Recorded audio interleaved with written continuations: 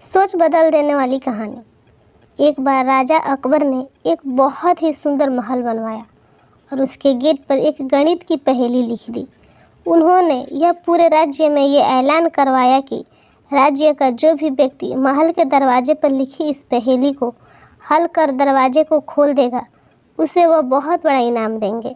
राजा का ऐलान सुनकर पूरे राज्य और अन्य राज्यों से विज्ञानी, विद्वान और गणितज्ञ इनाम पाने के लिए उस नए बने महल के पास आते और उस दरवाजे पर लिखी उस पहेली को जी जान से सुलझाने की कोशिश करते, लेकिन कोई भी उस पहेली को हल नहीं कर पाया।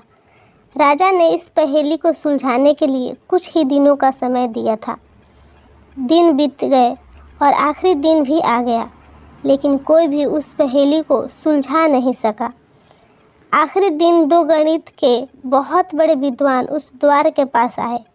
क्योंकि आखिरी दिन था, इसलिए राजा अकबर और उनके साथ में बीरबल भी यह देखने आए कि क्या यह दो विद्वान, जिनके बारे में उन्होंने काफ़ी कुछ सुना था, वो इस द्वार पर लिखी पहेली को सुलझाकर उस दरवाजे को खोल पाते हैं या नहीं।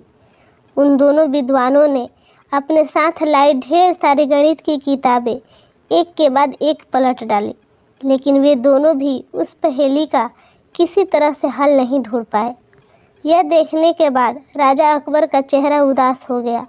वह सोचने लगे कि क्या उनके राज्य में कोई भी इतना समझदार नहीं है कि एक छोटी सी गणित की पहेली को हल कर पाए।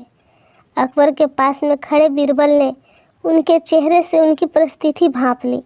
जब राजा अकबर ने बीरबल की तरफ इस उम्मीद से देखा कि वह इस पहेली का हल सुलझा देगा, तो बीरबल ने सामने से राजा से कहा कि महाराज, अगर आप कहें तो मैं एक बार कोशिश करूं।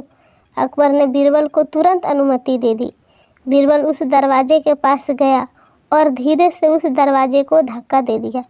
वह दोनों बड़े विद्वान और वहां पर खड़े बाकी सभी लोग यह देखकर हैरान रह गए, क्योंकि वह दरवाज़ा खुल चुका था।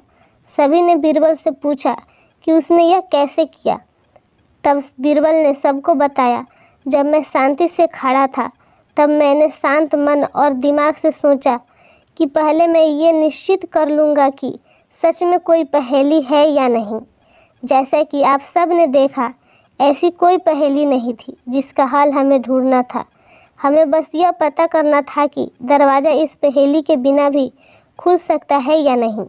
दोस्तों, बीरबल अकबर की एक छोटी सी प्यारी सी कहानी हमें ज़िंदगी में बहुत काम आने वाला अनमोल पाठ सिखाती है। अक्सर हम ऐसी समस्याओं को बहुत बड़ी बना लेते हैं जो वास्तव में समस्या होती ही नहीं है। बस हमारे दिमाग में आए कुछ फालतू के विचार होते हैं, जिनके बारे में ज़्यादा सोच कर हम परेशान रहते हैं।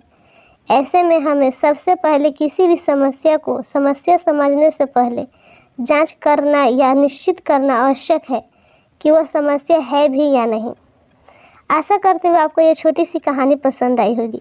अगर वीडियो पसंद आया तो लाइक, कमेंट, शेयर करें और सब्सक्राइब करके बेल आइकन पर प्रेस करना ना भूलें। धन्यवाद।